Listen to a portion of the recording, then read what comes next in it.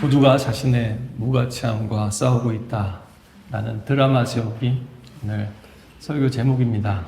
이 드라마는요, 20년째 영화 감독인데 데뷔하지 못한 황동만이라는 주인공을 중심으로 흘러갑니다.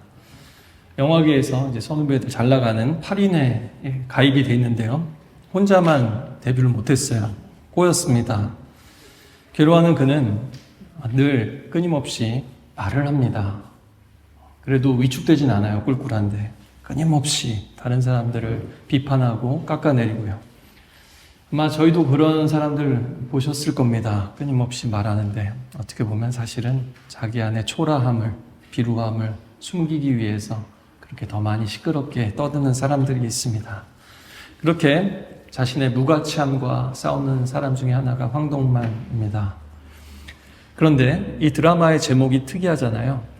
드라마 제목이 굉장히 매력적이라서 제가 좀 내용 찾아봤습니다. 이 작가가 유명하시더라고요. 전작이 근데 보면은 혹시 어떤 작품인지 아십니까? 이 작가가 쓴 작품이 나의 아저씨, 그리고 나의 해방일지라는 또 드라마로 제작이 됐습니다. 근데 보면 그때 나의, 그쵸? 아저씨, 나의 해방일지인데 이번에는 모두가 이렇게 제목이 타이틀이 붙잖아요. 그러니까 이 드라마는 사실 한두 사람보다도 모두가, 저기 인물들이 많이 나오는데요, 사연들이 다 있어요. 다. 그래서 누구는 아내의 그늘에 가려져 있고, 누구는 성공한 배우인데 딸을 버렸고, 또 버림받은 딸이고, 또 입양을 했는데 또 어머니랑 비교를 하고, 다 모든 인물들이 자신을 가치 있는 존재로 여기는 게 아니라 무가치한 존재로 여기면서 인정을 위해서 싸우고 있는 이야기입니다. 그리고 드라마 가운데 황동만은 자신의 시나리오를 영화 제작자가 불러서 PD를 앉혀놓고 신랄하게 비판을 합니다. 그랬더니 그 반응이 어떠냐면, 내 인생이 왜 네 마음에 들어야 되는데요?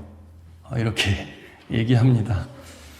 그러니까 거꾸로 보면요, 사실 많은 사람들은 타인의 마음에 들기 위해서 산다라는 뜻도 됩니다. 전에 한번 말씀드렸듯이 자끌아강을 해서 모든 욕망은 타인의 욕망이다 라고 얘기했죠. 때로는 부모 마음에 들기 위해서 어릴 때 애쓰고요, 또 좀 클수록 친구들과 비교하게 되고요, 또 세상 속에서 동료들과 경쟁자들과 경쟁해서 이기기를 원하고요, 심지어는 교회 안에서조차 뭔가 더 믿음 좋은 사람으로 인정받기를, 더 좋은 사람으로, 착한 사람으로 여겨지기를 모두가 사실 원합니다. 그런데요, 그 뿌리에는 사실 이런 생각이 있는 거죠. 내가 정말 가치 있는 사람일까? 나는 과연 사랑받을 만한 사람일까? 혹은 뭔가 잘못을 저질렀을 때 내가 정말 용서받을 수 있을까? 이래도 내가 받아들여질 수 있을까? 내 인생은 정말 의미가 있을까? 사실 모두에게는 이런 질문이 있습니다. 그리고 그 모든 생각은 결국에는 나도 사랑받고 싶다, 그리고 나도 인정받고 싶다, 여기에 귀결될 때가 참 많습니다. 그래서 이 8인의 감독 중에 한 명이 또 이제 그 영화를 개봉하고 그 시사회 뒤풀이에 이제 가서 같이 막 개걸스럽게 먹어. 모일 때마다 거기 가면은 이 황동만이 막 계속 끊임없이 막 개걸스럽게 먹습니다. 근데 이제 끝나고서 이제 홀로 버스에 올랐는데요, 이제 그 친구의 성공을 보면서 뭔가 씁쓸하죠. 감추려 애쓰고 웃어보려고 하는데요, 결국에는 그 감정을 주체하지 못하고 어린이 보호구역 그 전용 도로에서 전속력으로 달리다가 잘나서 나를 증명할 수 없을 때는 망가져서 나를 증명한다 하면서 넘어져서 망가져 버립니다. 그래서 무서운 말이지만 참 많은 사람들에게도 이런 심리가 있다라는 거죠. 잘나서 인정받을 수 없을 때 왜 일탈하거나 막 이런 경우 있잖아요. 아이들이 가출하거나 막 이럴 때도 어떻게 보면은요, 그 안에 망가져서라도 나를 내가 인정받고 사랑받고 싶은 자신의 존재를 증명하고 싶은 마음이 있는 것이죠. 그래서 어떤 이들은 비판하면서, 분노하면서, 냉소하면서, 혹은 자기 파괴로 자신을 증명하려고 합니다. 나 여기 살아있다고, 나 여기 존재하고 있다고, 나를 좀 봐달라고, 나도 여기 있다고, 투명인간이 아니라고, 나는 아무것도 아닌 존재가 아니다 라고 얘기하고 싶은 겁니다. 그런데요, 오늘 창세기의 마지막 장이잖아요. 그동안에 이제 우리 새벽과 주일에 창세기 말씀을 쭉 봤는데요. 이 창세기를 마무리하면서 이 드라마 제목이 너무 창세기 같은 거예요. 어떻게 보면 이 창세기의 이야기가 바로 이렇게 씨름하는 사람들의 가족들의 이야기입니다. 우리가 봤다시피 믿음의 가정이 이상적인 가정이 아니에요. 믿음이 그렇게 좋아 보이지 않을 때가 너무 많아요. 거룩하고 반듯하지 않을 때가 너무 많다라는 거죠. 그게 바로 성경이 말하는 믿음의 사람들, 선택받은 사람들의 집이고요. 그 말은 선택받고 사랑받아 이 자리에 앉아있는 우리의 집들도 다르지 않다라는 겁니다. 우리 모두는 무가치함과 싸우고 있습니다. 오늘 본문은 창세기 이제 마지막 이야기인데요. 야곱이 죽습니다. 그리고 장례를 치렀어요. 근데 장례 후에 여러 가지 감정이 떠오를 수 있잖아요. 근데 이 형제들의 마음속에 묵어있던 감정이 다시 스멀스멀 올라옵니다. 보니까 아버지가 살아있었을 때는 그래도 티가 안 났는데 억눌려 있던 그 두려움이, 죄책감이 다시 수면 위로 막 올라오는 거예요.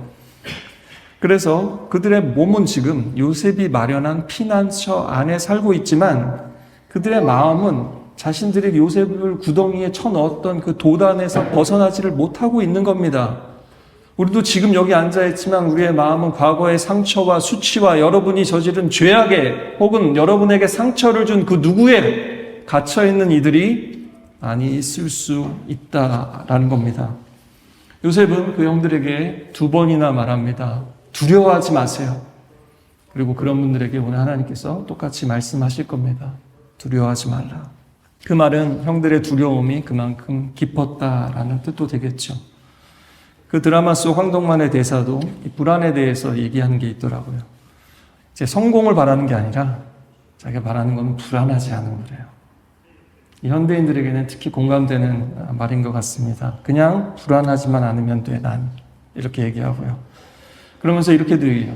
그런데 불안은 인간의 기본값이 아닌가요?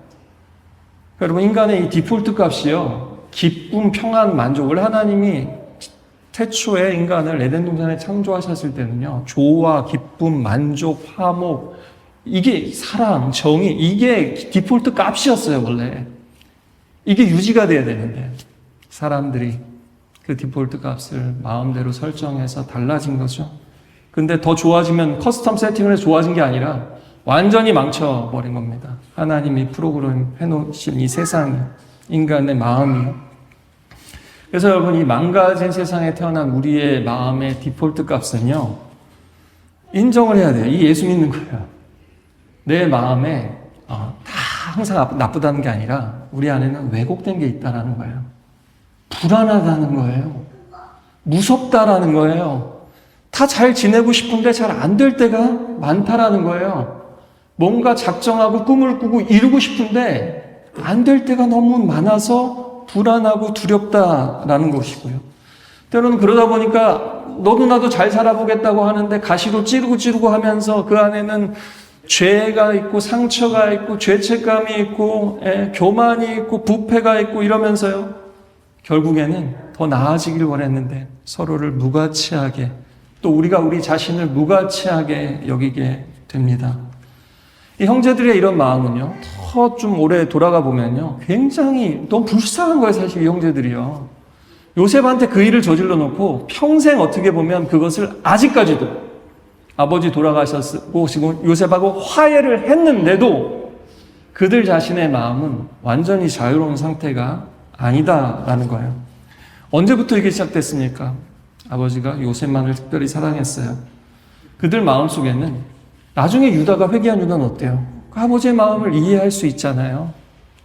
그런데 대부분의 사람은 그렇지 않아요. 어떻게 되냐? 그걸 보면서 사랑받는 누군가, 인정받는 누군가를 보면서 나는 덜 사랑받네?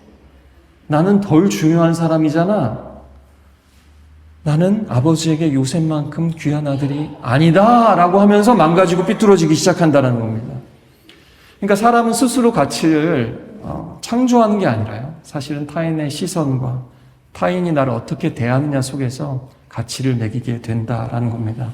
특히 그래서 어릴 때는 더 심하죠. 부모가 자녀를 어떻게 대하고 말 한마디를 어떻게 하고 형제들이 또 사람들이 친구들이 공동체가 선생님이 나를 어떻게 대하느냐가 그 경험들이 계속해서 축적되어 가면서 나의 자아상을 만들어 가는 것입니다.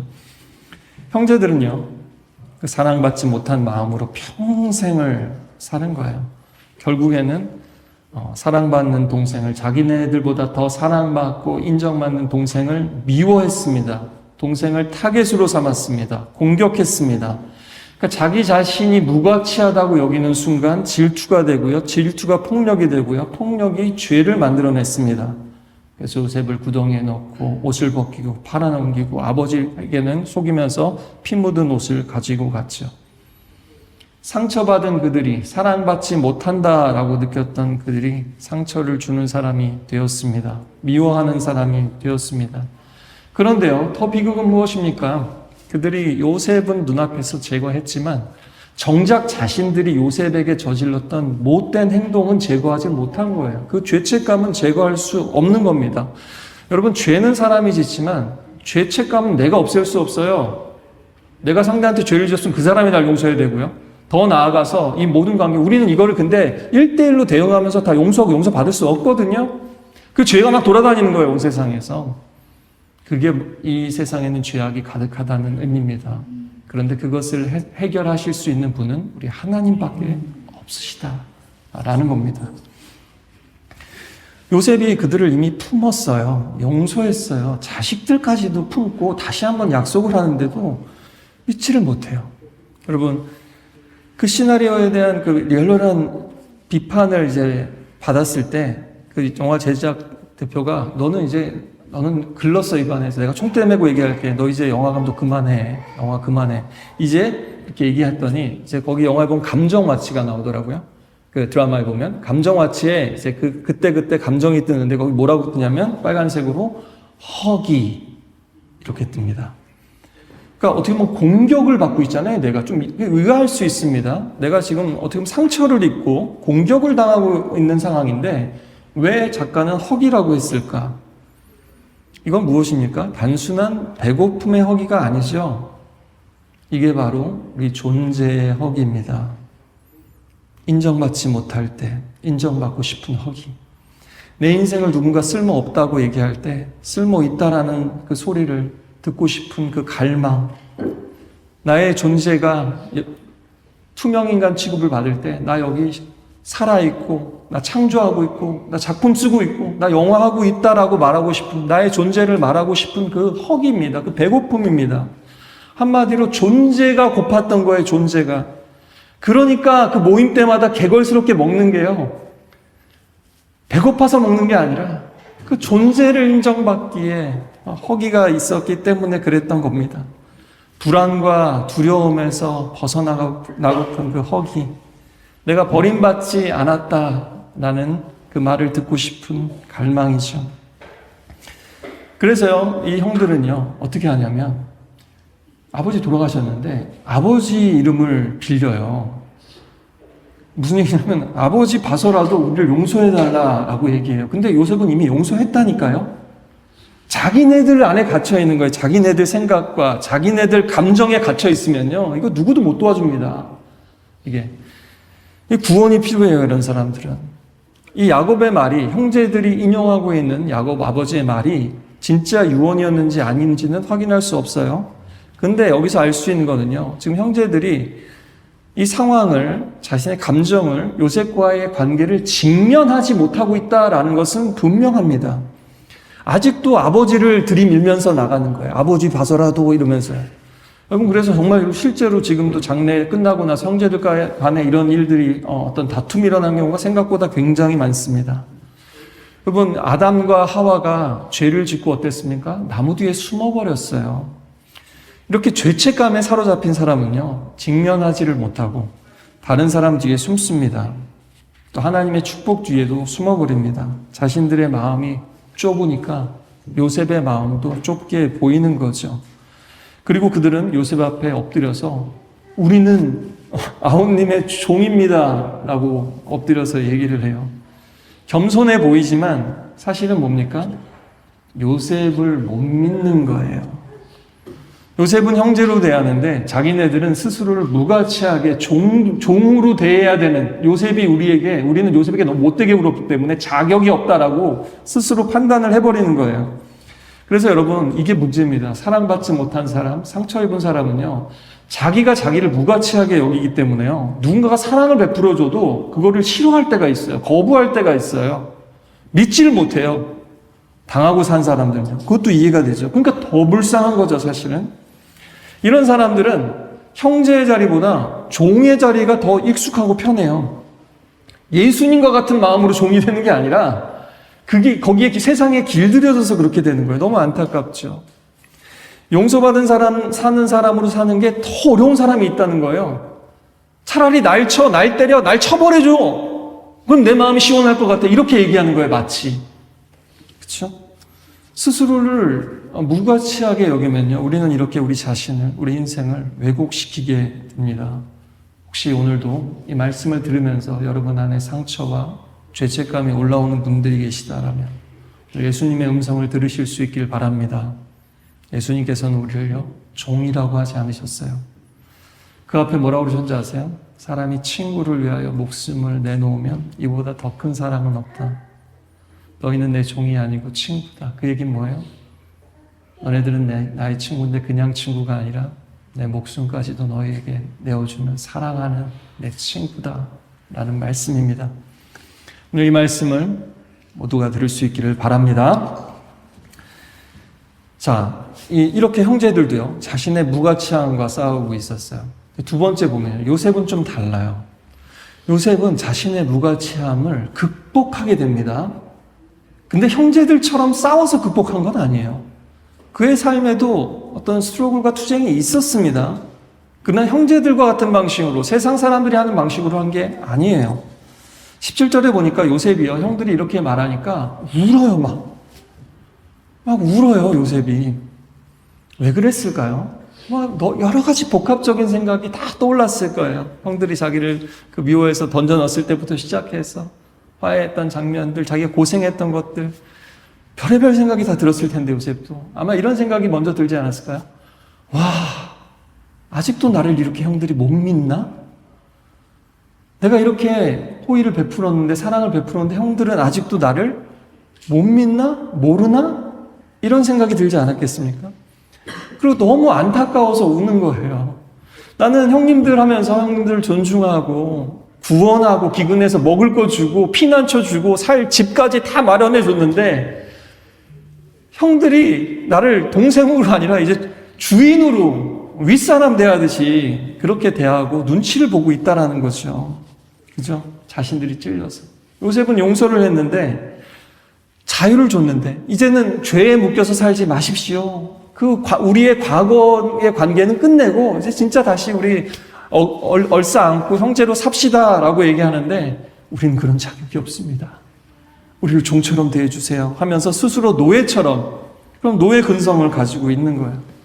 사랑받았는데도, 이렇게 자기가 사랑을 베풀었는데도 의심하고 있는 형들을 보니까 너무너무 답답하고 안타까운 거죠. 불쌍한 거죠. 요셉은 그들을 전혀 무가치하게 여기지 않는데 그들은 스스로를 너무나 무가치하게 보고 있는 것입니다. 요셉은 형들에게 말합니다. 두려워하지 마십시오. 제가 하나님을 대신하겠습니까? 여러분, 단순한 겸손이 아닙니다. 이건 뭐예요? 인생을 해석하는 방식입니다. 이 말에 요셉이 사람들이나 자기 인생의 가치를 어떻게 판단하는지가 다 들어있어요. 형제들은 지금 어떻습니까?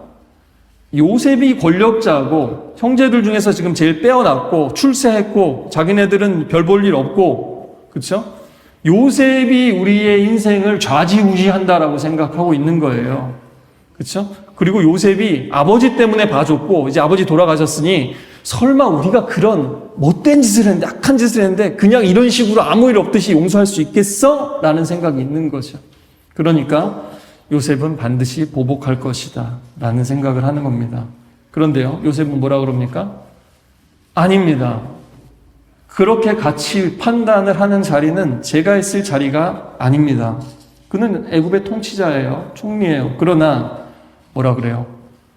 자기 위에도 있지만 파라오가 아니라 하나님이 최종 가치를 매기시는 분이십니다. 우리 인생을 판단하시는 분이십니다. 우리 하나님이 최종 재판장이십니다. 라고 얘기하는 거죠. 요셉이 인생의 가치를 어디다 두고 있습니까? 우리 하나님에게 두고 있습니다. 예수를 믿는다라는 의미가 바로 그런 의미죠. 우리도 다른 사람들의 평가, 세상의 기준이 아니라 하나님이 나를 어떻게 보시는가가 가장 중요한 사람들이다라는 겁니다. 그런데도요, 이 세상 속에 우리도 살다 보니까 어떻게 됩니까? 너무나 쉽게 다른 사람 보면서 저 사람은 가치 있네, 없네, 학력 보고, 돈 보고, 재능 보고, 네트워크 보고, 사회적인 영향력 보면서 저 사람 가치 있다, 아니다, 잘 나간다, 아니다, 우리가 다 판단하잖아요. 그게 뭡니까? 내가 하나님 노릇한다라는 뜻입니다. 반대로 또 어떻습니까? 이 형제들처럼 거꾸로 매여 있는 사람들이 있어요. 사람들의 시선에 노예처럼 사는 사람들이 있습니다. 타인의 판단에 일희일비하는 거예요. 칭찬받으면 와, 조금 무시당하면 이러면서. 그런 사람들은 뭡니까? 하나님 자리에 자기가 아니라 다른 사람 앉혀놓은 거예요. 하나님을 모시고 사는 게 아니라 다른 사람이 하나님이고 그게 우상입니다. 누군가 인정받으면은 살만한 인생이고, 인정받지 못하면은 인생 의미 없고요. 이 드라마 속에 이 변은하라고 그 영화 제작자 속에 그 PD 역할이죠. 황돈만을 알아보고 도와주려고 그러는데요. 이런 말을 해요. 나는 죽지 않는다. 당신의 말로 죽을 수 없는 존재. 누군가가 용서하지 않으면 내 인생이 끝난 것 같고, 누군가가 내 가치를 몰라주면 내 존재가 흔들리는 것이 이 세상이죠. 근데 이 변은하 씨가 그걸 거부하는 거잖아요. 요셉은 그것을 거절하는 삶을 평생 살았던 겁니다. 내가 하나님을 대신하겠습니까? 여러분도 한번 보십시오. 여러분 인생의 그 판단의 자리에 하나님이 앉아 계십니까? 아니면 여러분 자신이 앉아 계십니까? 아니면 여러분의 가족이 앉아 있습니까? 여러분의 직장 동료가 앉아 있는 것은 아닙니까? 여러분과 경쟁하고 있는 사람들의 그 가치와 판단이 여러분 인생을 판단하고 있지는 않냐라는 것입니다. 여러분, 그렇지 않잖아요? 성공과 실패가 우리 인생의 가치를 매기지 않습니다. 우리의 과거가 우리의 미래를 발목 잡아서는 안 됩니다. 하나님은 거기서부터 건지시는 분이십니다. 우리의 불안과 수치와 두려움이 최종 판결이 아닙니다. 사랑이시고 정의이시고 용서하시고 구원하시고 온전한 모습으로 만드신 우리 하나님이 우리의 최종 판결자이십니다. 할렐루야. 요셉은 이것을 아니까 세상 사람들처럼 복수하지 않을 수 있었던 거예요. 자신의 인생의 가치를 형들의 인정에서 찾지 않았습니다. 보디발의 인정에서 찾지 않았습니다. 보디발 아내가 매력적이 하는 그 말에서 찾지 않았습니다. 죄수의 신분에서 찾지 않았습니다. 애굽의 성공에서 찾지 않았습니다. 총리의 지위에서 찾지 않았습니다. 요셉은 오직 자신의 가치를 자신과 함께 하시는, 감옥에서도 함께 하시고 노예살이에서도 함께 하시고 자신을 끝까지 또 총리의 자리까지 함께 하시는 하나님께서 자신의 삶을 붙들고 계시다라는 사실에서 자신의 가치를 발견했습니다. 그래서 요셉은 말합니다. 형님들은 저를 해치려고 악을 행했지만 하나님은 지금 보시는 것처럼 그 악을 선하게 바꾸셔서 수많은 사람들의 생명을 구원하셨습니다. 요셉은 그냥 죄를 막 덮는 게 아니에요. 없는 척하는 게 아니에요. 그들의 한 일은 죄악이라고 분명히 밝히고 있습니다. 그들은 형제 살인, 미수를 저질렀고요. 인신매매를 했습니다. 동생을요. 그것을 덮어두지도 미워하지도 않아요. 그러나 분명히 또한 말합니다. 형님들은 악을 행했지만 하나님은 그것을 선하게 바꾸셨습니다.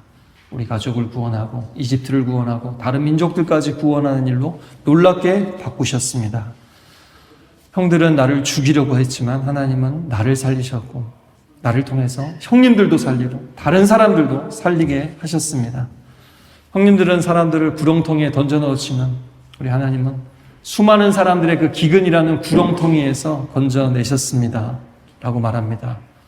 이 창세기의 이야기는요, 성경의 이야기는요, 인간이 점점 개선되어서 끝나는 해피엔딩이 아닌 겁니다. 그건 불가능하다는 거예요. 하나님이 신실하셔서 하나님이 끝까지 책임지셔서 그 약속을 이루셔서 끝나고 그 구원이 완성되는 책입니다. 가족은 깨어졌지만 하나님의 약속은 깨어지지 않았습니다. 관계는 상처투성이가 되었지만 하나님의 섭리는 멈추지 않았습니다. 요셉이 달래듯이 얘기합니다. 제발 두려워하지 마세요. 형님과 형님 자식들까지도 제가 책임지겠습니다. 기르겠습니다. 형들은 심판을 예상했지만 요셉은 끝까지 돌보는 것을 약속합니다. 형들은 종의 자리를 자청했지만 요셉은 다시 가족의 자리로 그들을 초청하고 있습니다. 21절에 간곡한 말로 위로하였더라, 또 부드럽게 말했다라는 이 원문의 표현은요, 그들의 마음에다 대고 말했다라는 뜻이에요. 마음에다가 대고. 형들의 귀에만 대고 얘기한 게 아니라, 있잖아요. 우리도 듣는데 이게 귀로만 듣고 나가면 안 되잖아요. 마음 중심으로 들어와야죠. 소통이 되는 거죠. 죄책감에 눌린 그 마음, 두려움에 묶인 마음, 그 불안한 마음 속, 자신을 무가치하게 여기는 그 마음 속에다가 그거 아니다라고, 두려워하지 말라고, 내가 진짜 사랑한다 라고 얘기하고 있는 겁니다. 드라마 속의 변은하도 말합니다. 두려움은 견디는 게 아니에요. 그건 견딜 수 있는 게 아니에요. 그건 맞습니다. 두려움은 참고 견디는 게 아닙니다. 오늘 말씀은 얘기합니다. 그럼 두려움은 어떻게 해야 되는가? 두려움은 더 큰 사랑 앞에서 녹아야 합니다. 이 변은하는 황동만과는 다른 방식으로 무가치함과 싸우는 사람이었습니다. 이 황동만이 계속 말하면서 밖으로 화살을 쏘는 사람이라면 이 변은하는 자기 자신에게 계속 화살을 쏘는 사람이에요. 그래서 고통을 겉으로 표현하지 않고 속으로 계속 삭히는 거죠. 그럼 마음이 병들고 몸이 병들거든요. 몸이 반응해요. 그래서 막 코피를 줄줄 흘립니다. 고통스러울 때마다. 두려움과 불안을 마주할 때마다 몸이 먼저 반응하는 거예요. 그러나 어느 순간 자신에게 함부로 대하는 사람 앞에서 이렇게 말합니다. 나는 만만하고 약한 애가 아니라 얌전한 애예요. 다른 사람이 나를 규정하고 다른 사람들이 나를 가치 판단하는 그것을 허용하지 않는 겁니다. 이제 자기가 자기를 보는 거, 혹은 자기가 이제 새롭게 사랑을 시작하면서 사랑하는 사람이 봐주는 나의 가치로 자신을 다르게 보고 있는 거죠. 안타까운 건요, 오늘 요셉의 형들에게도 바로 이런 변화가 필요한데 여전히 자신들의 생각에 갇혀있고 자신들의 가치에 붙들려 있다는 겁니다. 하나님은요, 그들을요 12지파로 부르셨어요. 이스라엘이라는 나라를 만들기 위해서 부르셨단 말이에요. 여전히 그들도 하나님의 언약 안에, 약속 안에 있어요. 그러나 그들은 여전히 그럴 가치가 없고 죄인은 처벌받아야 되고 복받을 자격도 없다라고 말하는 것과 똑같습니다. 여러분, 복음은요, 우리의 죄를 없다고 하지 않습니다. 우리가 죄 없다고 하지 않습니다. 그러나 죄인으로 끝나게 하지도 않습니다. 절망 가운데 끝나게 하지 않습니다. 복음은 악을 악이라고 부른 후에, 그러나 하나님의 은혜와 사랑은 더 깊고 넓다라고 말씀합니다. 황동만은 이렇게 또 말했습니다. 내 삶이 조금이라도 나아져야 돼요. 내 손으로 조금이라도 뭘 이루어야, 그래야 과거든 상처든 놓을 수 있어야. 성공해야 좀 힐링이 된다 그런 얘기잖아요. 어느 정도 사실일 수 있습니다. 그런데요, 이게 이 성공한다고 무가치하게 여기는 게 치유되진 않습니다. 성공하면 더 교만해질 수도 있고요. 실패하면 더 깊은 수렁 속으로 빠질 수도 있습니다. 사람의 성취는 잠시 우리를 위로할 수 있을지 모르지만 곧 더 큰 비교와 불안으로 우리를 몰아갑니다. 요셉은 어떻게 그 무가치함을 넘어설 수 있었습니까? 요셉이야말로 성공했습니다. 하나님이 성공시켜 주셨죠. 그러나 그가 진정으로 회복된 것은 총리가 되고 성공했기 때문이 아니라는 겁니다. 자기 인생이 형제들의 손에 달린 게 아니라 이집트 사람들의 손에, 이스마엘 상인들의 손에 달려있는 게 아니라 하나님 손에 달려있구나 라는 것을 알았기 때문이고, 하나님은 나를 특별히 생각하시는구나, 그래서 나에게 꿈을 주셨구나 라는 것을 요셉은 깨달았기 때문입니다. 요셉의 말에는요, 그래서 성공한 사람의 어떤 그 허세와 과시, 수액이 없어요. 상처받은 사람의 복수도 없습니다. 오직 하나님께 그 진정한 가치를 인정받은, 사랑받은 사람의 자유가 있습니다. 그리고 사랑이 흘러 넘칩니다. 그런 사람이 다른 사람도 존귀하게 여기고 다른 사람의 가치를 짓밟지 않을 수 있습니다. 요셉은 죽음을 앞두고 마지막으로 형제들에게 얘기합니다. 저는 죽지만 하나님께서 여러분을 반드시 돌보실 것입니다. 그리고 약속의 땅으로 우리를 다시 데리고 가실 텐데 그때 저의 뼈도 이 해골도 가지고 가주십시오 라고 얘기합니다. 요셉은 애굽에서 성공했지만 애굽을 자신의 마지막 집으로 삼지 않았어요. 총리였지만 자신의 정체성을 애굽의 권력에서 찾지 않았습니다. 요셉은 끝까지 하나님의 약속을 붙들었습니다. 그래서 죽은 다음에도 하나님의 말씀이 이루어질 것이고 내 죽은 후에도 이 내 뼈가 하나님의 말씀을 증언하게 될 것입니다 라고 고백하고 있는 겁니다.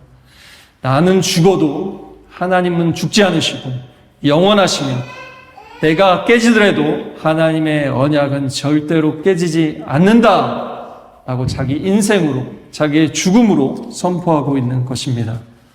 창세기는 죽음으로 끝납니다. 요셉이 관에 들어감으로 끝납니다. 어떻게 보면 창세기의 마지막의 단어는 죽음이죠. 뭔가 미완입니다. 그러나 믿음의 눈으로 보면요, 이것은 끝이 아니죠. 출애굽의 해방을 기다리는 관이고요. 약속의 땅을 기다리는 관이고요. 하나님이 반드시 다시 찾아오실 것을 증언하는 그런 죽음의 관입니다. 그리고 결국 우리 예수님의 부활에 이르는 관입니다. 여러분, 사람은 죽습니다. 가족은 완전하지 않습니다. 영웅들도 무대에서 다 내려옵니다. 상처도 남습니다. 그러나 하나님의 약속은 죽지 않습니다. 창세기는 이 사실을 붙들라고 합니다. 우리의 죄는 깊지만 하나님의 은혜는 더 깊습니다. 우리의 관계들은 깨어지지만 하나님의 언약은 깨어지지 않습니다. 우리는 우리의 무가치함과 싸우고 있지만 하나님은 무가치한 우리를 약속의 자녀로 다시 부르십니다. 아멘. 그 황동만이 선배하고 하는 말이 있는데요. 이렇게 또 얘기해요. 우리가 둘이 똑같았을 때 그는 성공했고 그는 아직 데뷔도 제대로 못했습니다. 근데 그때 우린 쩔었다. 옛날같이 다시 친해지려면 하나밖에 없어. 내가 데뷔해야 돼. 레벨이 같아져야 돼. 난 어떻게든 형이랑 같아지려고 친해지려고 하는데 형은 나랑 달라지려고 용을 써. 내가 데뷔해서 같은 레벨로 돌아올 때 같아지자. 황동만은 다시 가까워지려면 성공해야 된다라고 얘기합니다. 데뷔해야 된다고, 인정받아야 된다고. 그런데요, 예수님은 어떻습니까? 우리가 같아지기 위해서 올라가야 되는 게 아니라 내려와야 된다라고 말씀하셨습니다. 우리가 하나님의 레벨로 올라갈 수 없으니 하나님께서 인간의 낮은 레벨로 낮아지셨습니다. 우리가 구원받을 자격을 가치 있는 증명을 한 것이 아니라 예수님께서 우리의 죄와 수치와 죽음을 대신 지셨습니다. 우리가 사랑받을 가치가 있음을 보인 것이 아니라 무가치한 우리를 하나님이 포기할 수 없으시다라는 것을 보여주셨습니다. 사랑했어야 했습니다. 안 풀리는 글 붙잡고 씨름할 게 아니라 사랑했어야 했습니다. 왜 우린 절대 사라지지 않을 것처럼 이렇게 힘들게 살고 있는 걸까? 여러분, 예수 믿지만 아직도 그렇게 사랑받고 사랑하기보다 뭔가 내일 붙들고 씨름하고 있는 분이 계십니까? 세상의 가치를 붙들고 씨름하는 분이 계십니까? 마치 절대 사라지지 않을 것처럼 왜 이렇게 힘들게 살고 계십니까? 오늘 주님의 품 안에서 참된 안식과 기쁨과 자유를 누리시기 바랍니다.